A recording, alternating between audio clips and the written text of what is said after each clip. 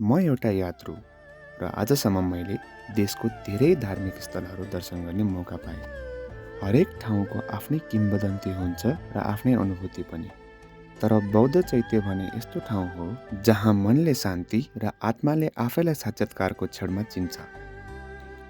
यस्तै पल महसुस गर्न आज म पुगेँ फर्पिङको डल्लुमा अवस्थित गुरु रिम्पोछे मूर्ति, जुन तपाईँको यात्राको पनि एउटा सुन्दर ठेगाना हुन सक्छ।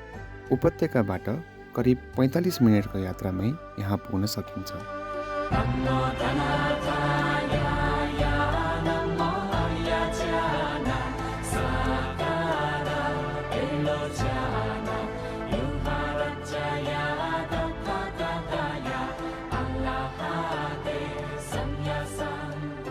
ध्यान, आत्मचिन्तन र मौनताको लागि यो स्थान आफैमा एउटा साधना हो।